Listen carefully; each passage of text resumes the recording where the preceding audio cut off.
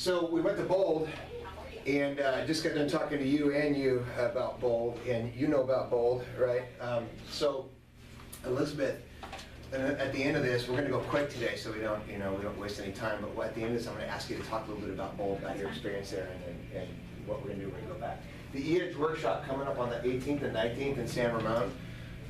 Andrew's going to that. There's some other people going to that. That's basically a workshop where you'll leave with your EDGE all set up and done.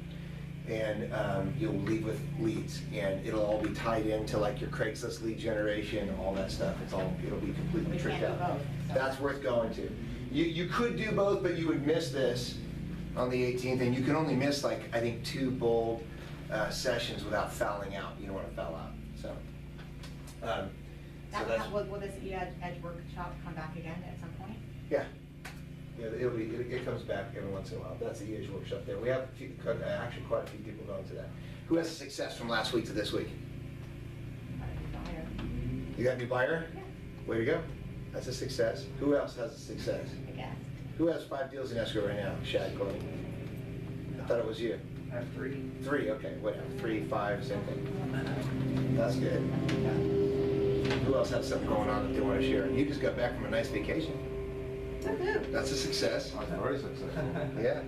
Nice. Play catch up, huh? He looks good. Doesn't he look good? I know, look at that. He's all relaxed. I'm fully charged from the core. I got him all upset when he first came back, but he's all right. He was already relaxed again. What about you, Diana? You got any successes since last week? Nothing right now? Houses in escrow, so I'm good. Good. That's Did you good. celebrate an anniversary? No. I saw your Facebook. You were out in the water. Not what last week or a few days ago. Okay. That must have been fun. Oh, yeah. Cool. And then you had a referral check. That's a success. Good. Right on. Who has a listing that's coming that's not currently in MLS that they want to let everybody know about? Kathy? Well, we have that one in Adobe Creek, Okay. and it's the 3,100 square foot model, second biggest one there. But it's very private backyard. It's got a big lot, and it's been staged and with some of our artwork too. So, which is kind of cool. Anyway, but so it's gonna. Well, I think we're probably gonna put it on the market on a Wednesday and have the tour on Wednesday. Okay. I think so. Do you know what's the price? A little bit behind. $859. Where is it? I don't know where that is. Oh, Adobe Creek is on is that the south side of town or west side of town? East side of town, I guess. Yeah, it's on Freitas and Eli. It's a big golf course, and they built all these homes in there, so it's real nice. But this one isn't actually on the golf course, so you're not. Your view is very private, and so you don't. They do get some golf balls, but Are you trying to have it on tour for tomorrow? no, next Okay. Wednesday. Next Wednesday? Okay, cool. The calendar coming up, we have the ALC meeting on Thursday. So come check that out. If you haven't been to an ALC meeting, it's worth your time. It'll be in the West office, in the Stony Point Road office, where the agents who are on the ALC are going to be discussing the direction of the office, going over the P&Ls, profit share. We had a record month last month in profit share. You guys know that, right? It was like we profit shared, it's updated over here on the board. We profit shared back, on the check on the other side of the wall. Profit shared like 16,000 last month in this office back to the agents. And a total in just the Petaluma office of like 20 some odd thousand. In the West office, it was 40,000 last month. And for a total of 66,000 for the year. It's getting big, and it's getting bigger every month. Part of it's the market, right? Things are picking up and all that kind of stuff. The other part of it is the people who have left by and large have been people who aren't producing, and the people who are coming are people who are producing. So deals are coming. Guys like Shad come here. People like Allison Johnson, Kelly Dale Lyles is coming tomorrow from CPS. Both of those guys are cappers. And they're seeing the value in what we're doing here that adds to their business, so that they're showing up. Excuse me, I'm out to sneeze. Thank you. The broker, so I would encourage you guys to attend this, because this is where you're going to see, like, I had somebody leave last month whose reason for leaving was that the broker that she's going to takes her out to lunch once a month, and we don't do that here, and we don't have food in the office for all the agents and all that stuff. And the truth is, we're never gonna do that. That isn't what we do. What we do here is bring value to the people's business, and then because you guys are stakeholders and have the opportunity of profit share, we protect your profit share by making sure that we're not blowing money on stupid stuff. Are we gonna do awards, parties and all that stuff? Yes, but they're gonna be sponsored and they're gonna have a charity tie-in, like all the big Keller Williams do it. And so it'll be great for the community when we do one, and everybody will be recognized for their awards. And even more people will see the people, you guys getting awards on social media, because it'll be tied in with a local charity event, right? It'll be like a benefit. We'll make the award ceremony a benefit, right? So it's gonna be pretty cool. And we are gonna do that, and that's coming up. We haven't even done the awards for last year yet. So we're gonna do those. Eileen and I have talked about it. We're picking a date. And then next year, we're gonna do it as soon as the awards come out. This year was kind of crazy because she just hired me and she was running around trying to get me up to speed. The broker risk weekly management tip is about showing tenant occupied properties. Basically the practice tips, I'm just gonna go over those. Contrary to the opinion of some, there is no required 120-day notice for which must be given to a tenant occupied property that's being sold. In other words, the landlord does not have to give a 120-day notice to the tenants to sell the property. That erroneous opinion stems from a misleading interpretation of the optional oral notice for entry law. So you can do oral notice. Problem is, when you do that, it depends on if the tenant's gonna be cooperative. In reality, you guys know what the best practices are for tenant occupied properties? You guys are in sales, right? Sell the tenants on being cooperative. Right. Smooch them, bring them a little gift, right?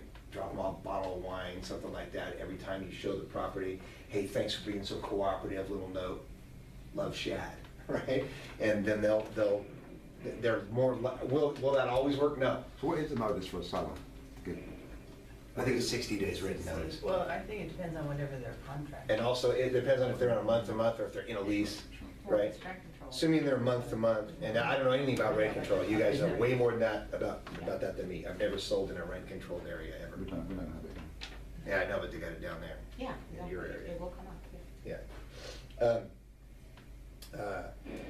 If the tenant refuses to allow their property to be shown, you just advise the landlord and seller to get, if they can't solve it, to get an attorney. That's it on that. We had a couple things come up on that, so we had somebody, and it's problematic putting a lockbox on a tenant on a occupied property, even if the tenant says it's okay. Can you get it signed and have that on there? Yeah, it's still problematic. It still usually ends up, because then you're not really in control of who's doing what, right? So so that's it for tenant occupied properties. On the subject of what's going on in the market, what's going on in lead generation, who sees a change right now in the market for properties? Properties on the market, time on the market, stuff like that. Is anybody seeing any of that changing? It's getting longer. In every price band? Yep. Yep, I have something at 300,000 and things at 800,000, and it's been, I put an offer accepted like last Wednesday and didn't get any. And all the buyers were scared that they were gonna be in another bidding war, and so nobody wrote on it. So I called everybody and said, okay, if you write on it right now, you could be the only one. That's always fun, So- like throwing a party and nobody comes. Right, exactly. Well, and I hesitated to do it at first, but but that was at the 350 range. Wow. In Santa Rosa. Interesting. Which I thought, okay, we're a little high, maybe, but not really, but let's just see. So that was kind of interesting. And then Country Club in Santa Rosa by the Gulf and Country Club. That's been on the market 20 days before I got that in contract. Wow, So, okay. and That's with- still, I mean, it's still. a Right, great nobody was number. complaining, and thank God I Yeah. had reasonable sellers to not, jump and say, oh my gosh, it's 2 days and the house has not been on the market. But Right. that's been across the boards. So what's the key for you listing agents in a market where time on the market is increasing? Well, the problem is sellers are still reading the papers, looking at Zillow and Trulia, where it's, they're still up here. Yeah. And then we should be here, and then it's that same. So the key is not to overprice, right? What you're talking about is the trend line? Yeah. Yeah. So the key is to make sure you're not pricing on the old trend line, not to overprice on the listing. Like, in other words, if prices in 2013 went up 21%, And then prices have started to flatten out over the last, what, 4 months, really, Mhm. right? But people are still doing what? Exactly. They're still pricing up here, and they're not selling. They won't, they for sure won't sell it there, right? It can't. So then the people who are selling, this was all working right in here. And the problem also is the news is still telling them all this. They're not seeing what you're seeing, and it won't start getting reported what you guys already know for how long? 3 or 4 months. Yeah, at least another 90 days, they're not gonna see that, and then they're not gonna believe it, right? So, or it's gonna be a blip or whatever. And this doesn't mean, I mean, prices aren't declining, prices haven't really even flattened. It's just the rate of increase in pricing has slowed, Yeah. and people are still pricing like It this. depends on where you are though, I mean, some. Yes, it does, some absolutely. areas that's not necessarily happening, in my neighborhood, we had $100,000 price jump because of one comp, Yeah, and then, okay, So it- you're absolutely right, and that's important to note. I'm glad you brought that up, because we're talking about aggregate counties. We're talking about like all of Sonoma County, or all of Marin County, and we're not even talking about Marin County, we're talking about this. All of Sonoma County, all of Napa County, that kind of stuff, right? Lake County, they're all seeing this. so it just takes one overpriced sale to get everybody else excited to then jump their prices. And so, in some cases, they do sit longer, but Mhm. not, not that much longer. Yeah, and so it depends on the micro market you're talking about. We're Yeah. also seeing agents do tactics where they're dramatically underpricing the house Well, too, that's good. to cause big excitement. Yeah. And so that, if you've priced it correctly, you know, that you're kind of dealing with that. But for Yeah. me, the key has just been communication. I talk to my sellers every 2 days. I'm glad you said that, because we're gonna talk about, I'm gonna post, look for a video this week. I'm gonna give you guys a trick on how to do that, and how to set up a system for that will really help you guys in your businesses, you guys that carry more than one listing at a time, which is pretty much all of you. Kathy, you had. Well, I just wanna say, I know ours No, is I a just little have one. overpriced, but he wants to see what happens. And it's really a nicer shape than the exact model that was listed with Gary Brown.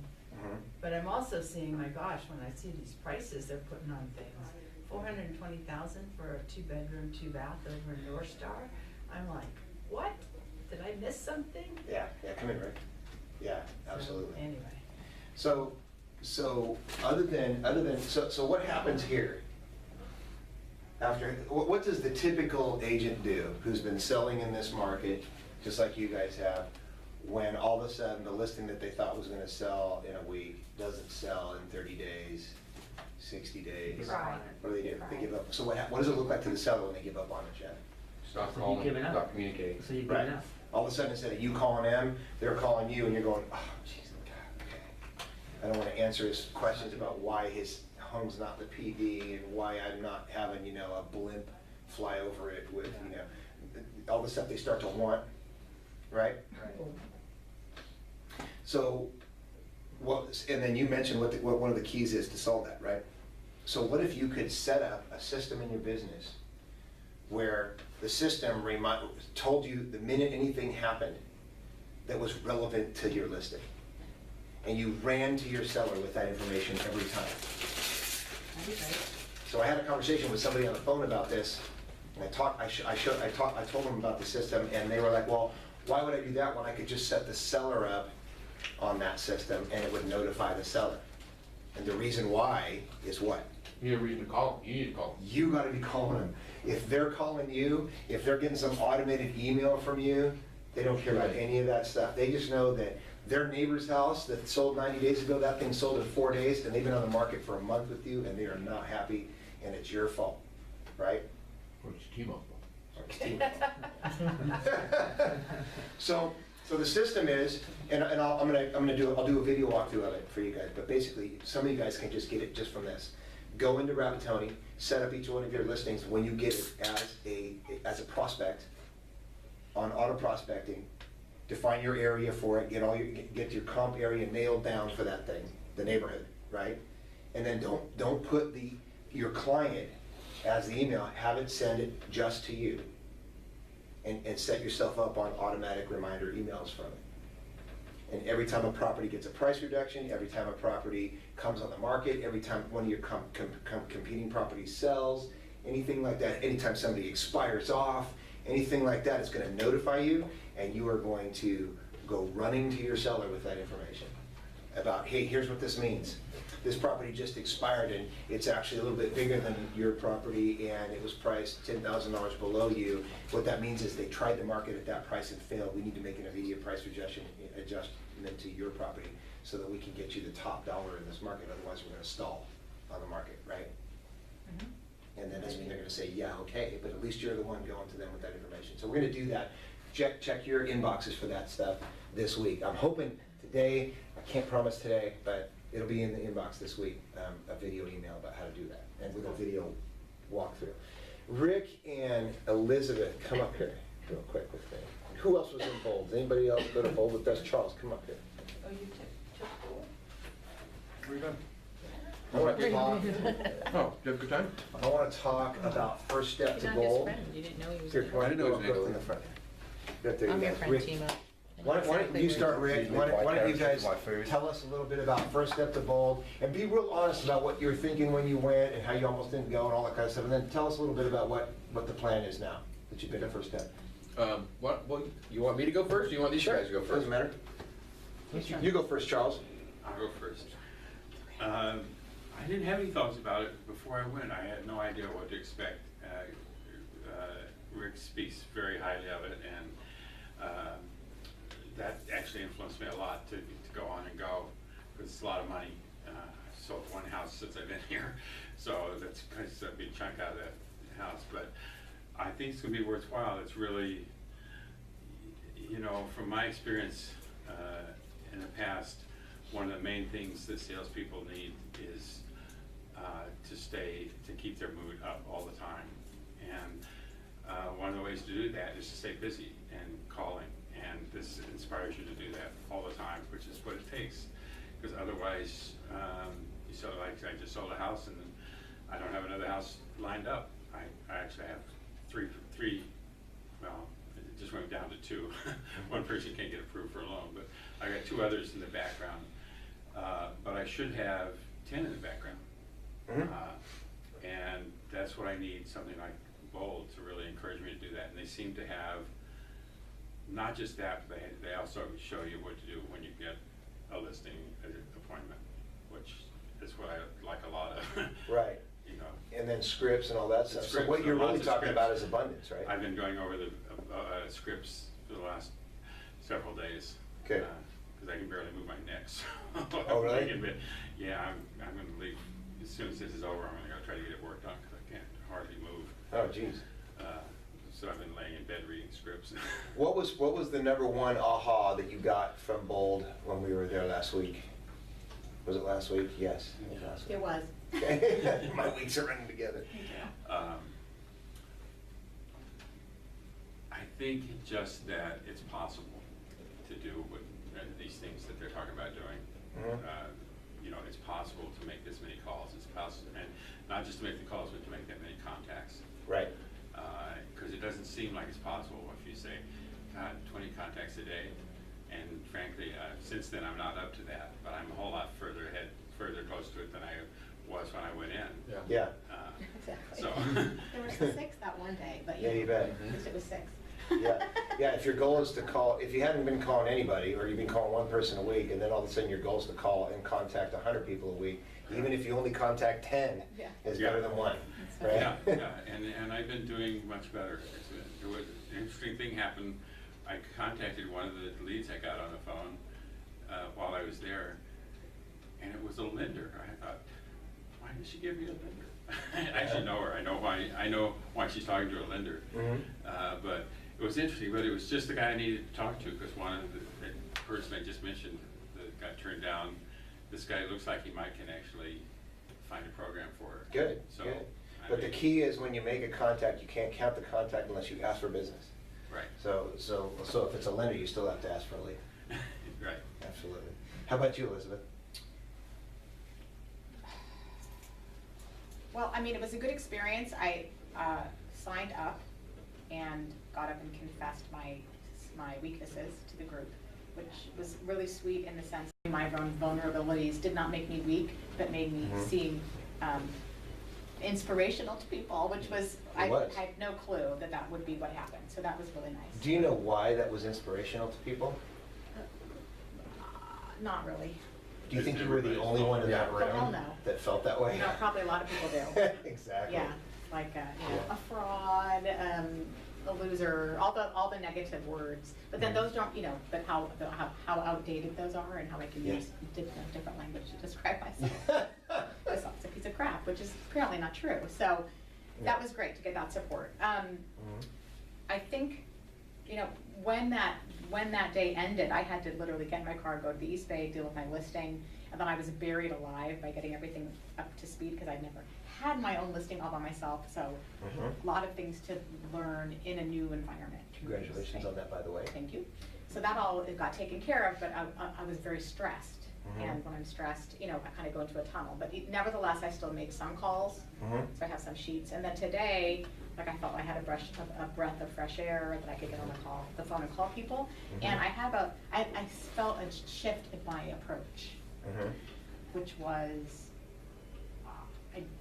I'm gonna just call a lot of people, it's easy, I'm gonna ask them a question, and they're gonna say yes or no, and I'm not gonna really care too much.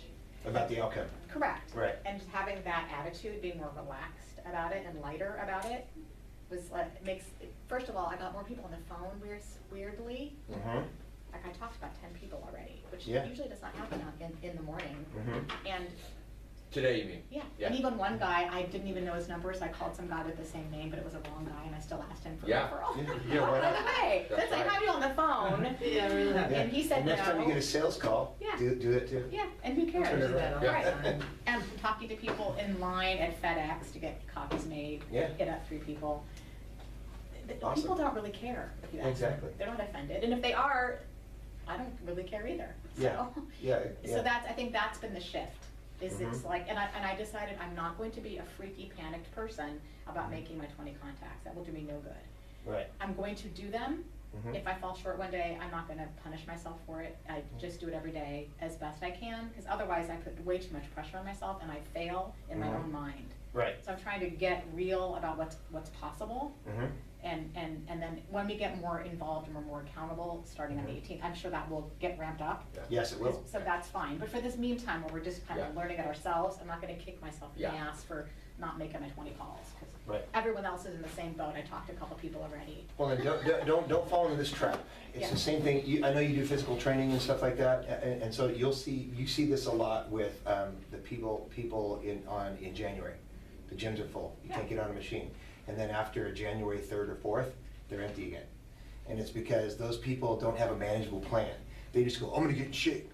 And they go to the gym, Right. I'm gonna work out 3 hours a No day, clue. every day, at 4 in the morning. Yeah. And they do it 3 days in a row, and then they don't ever do it again for the whole rest of the year because you can't maintain that. No. Having to make 100 contacts a week sounds like a lot, but it's not if you figure you really only have to make 20 a day, 5 days a week.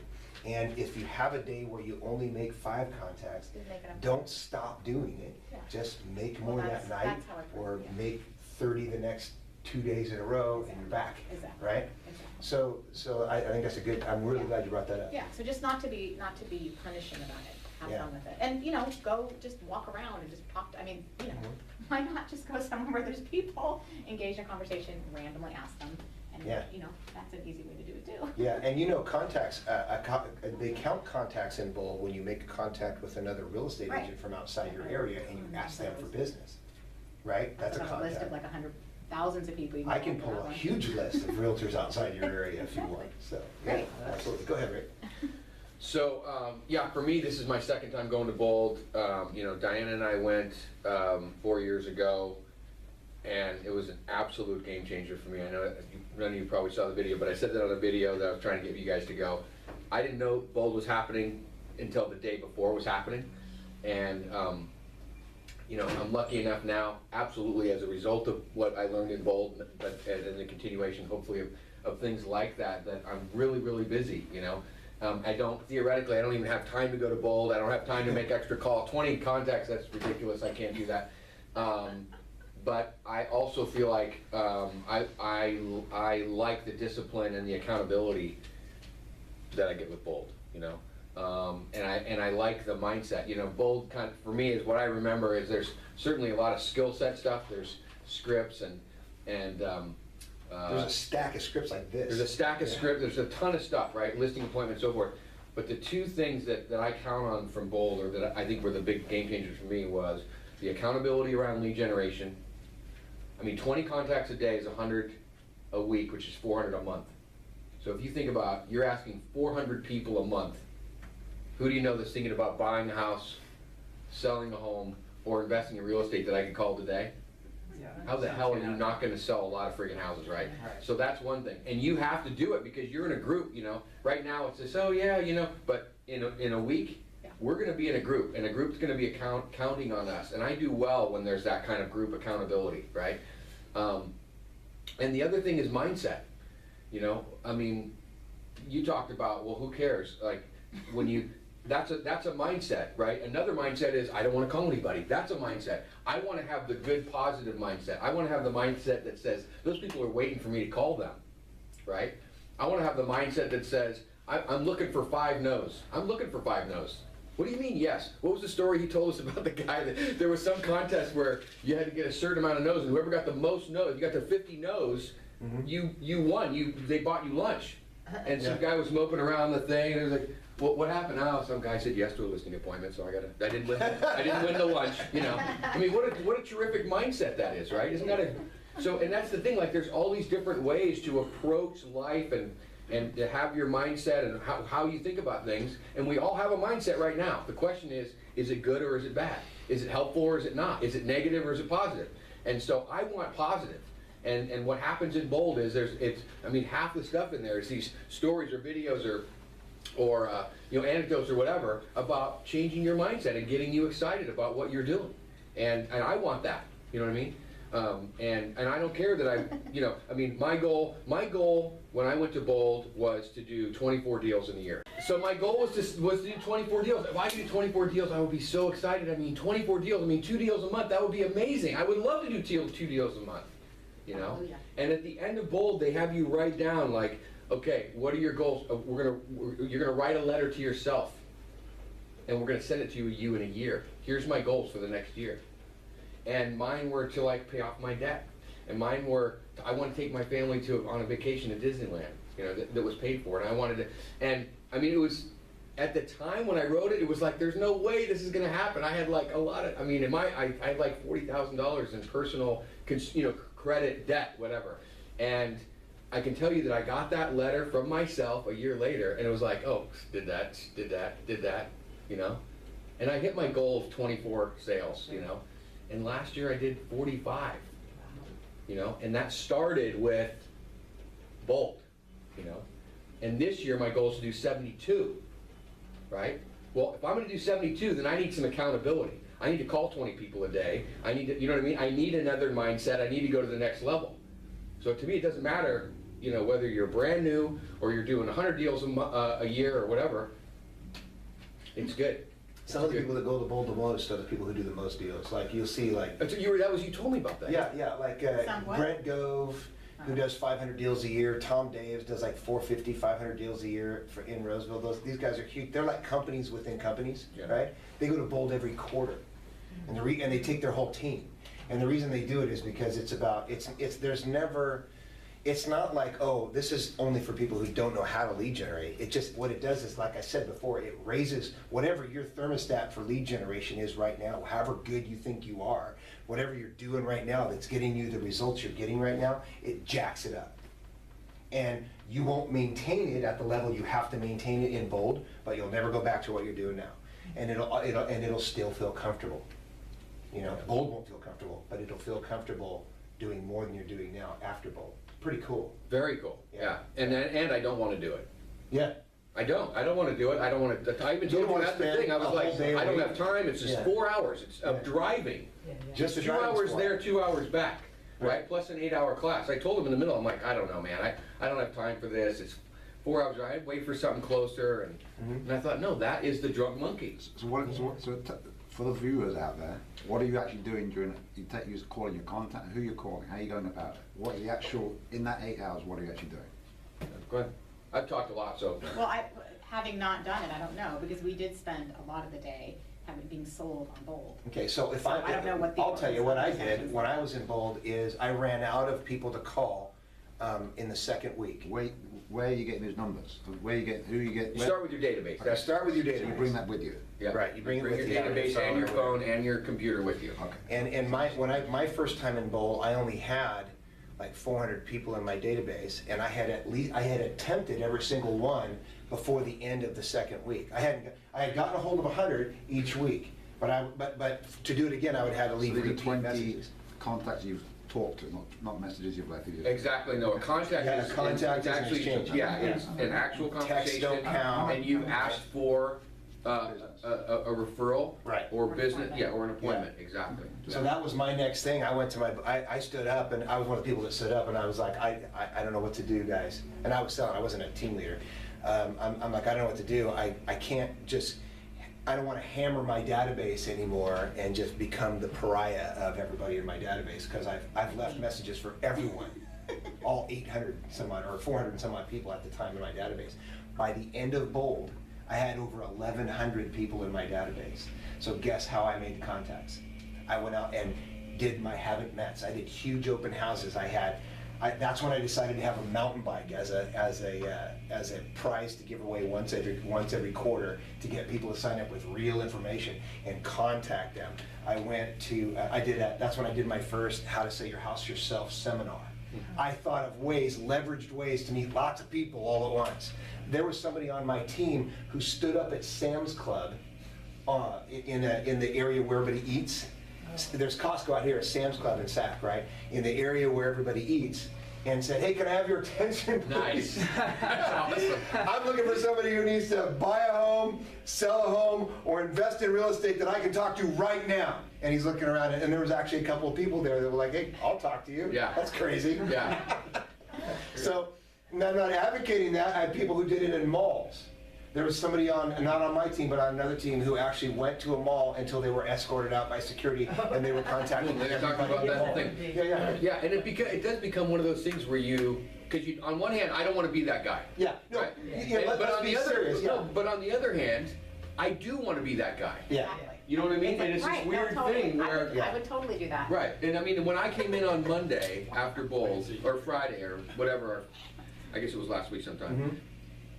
But I knew I had to make my 20 contacts, and I had a crazy scheduled day, or I had no time. Yeah. So, You almost hit me in the face with that. sorry, so I walk in, there's Jill at the front desk. Jill, I'm taking this great class right now.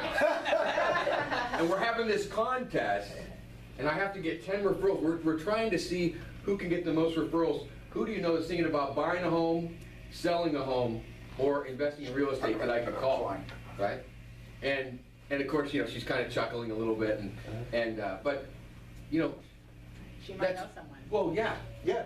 She already referred them to me, sorry. Yeah, and so, that's good. So then, but then the DHL guy or whatever, some delivery guy Yeah, walks in. same thing. Same thing, I'm like, hey buddy, before you go, Yeah. because you don't, on some level, it's a contact sport, you just want to, Yeah, and here's the thing about, you said I don't want The to be story that about the guy. cop was the best one, though.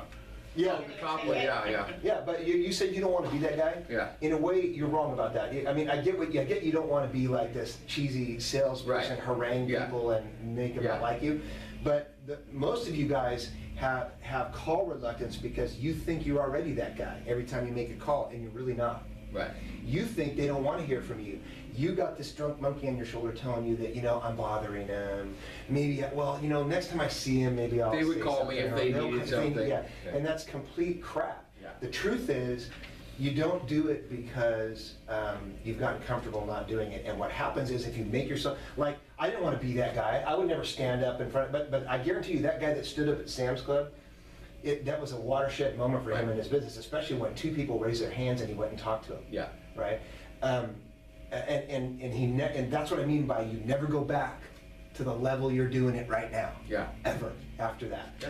When I did that, you guys know that I made a lot of money at open houses, and my goal at open houses was always to make appointments, right? When I was in Bold, it was all of a sudden there was this huge sense of urgency at an open house where 30 people are gonna come through or 50 people are gonna come through, that I talked to every single one and asked them if there's if they're looking to buy or sell in the neighborhood, or looking to buy or sell right now. I mean, and I hit up every single person. The funny thing is, I never made more appointments from an open house because I actually asked.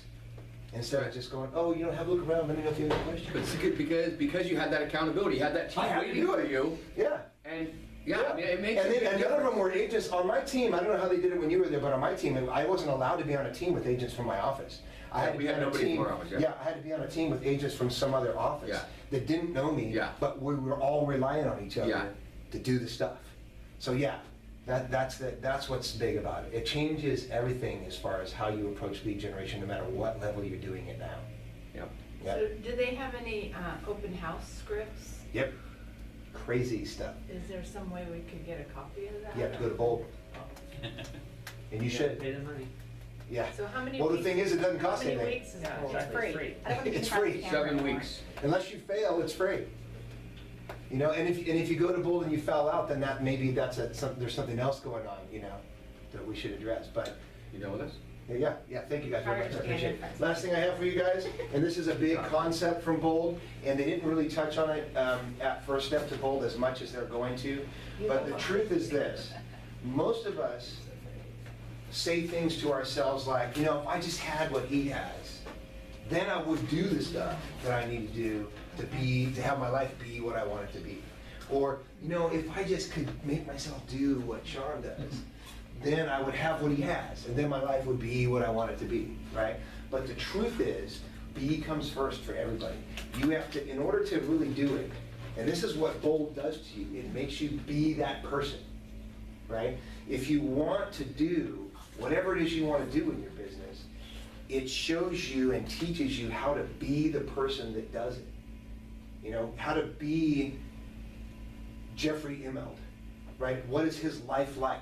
Well, you can't, if you had what he has, then you would have what you needed to have to do what he does, to be who he is. That doesn't work. He didn't get what he has because of what he did. He got what he has because of who he is, who he became on his journey. And who you are shows up in your actions. So that's the thing about Bold. When you said, I don't want to be that guy, yes, you do. I get what you meant. I don't want to be that jerk. But you do want to be that guy. You want to do 70 deals this year, you want to be that guy that does 70 deals. I said I wanted to be that guy. I said I don't want to be that guy, but I do want to be that guy. Yeah, exactly. That's all I have for you guys today. Anybody have anything else they want to share for the meeting today? Awesome. Thanks, guys. Man. Troy.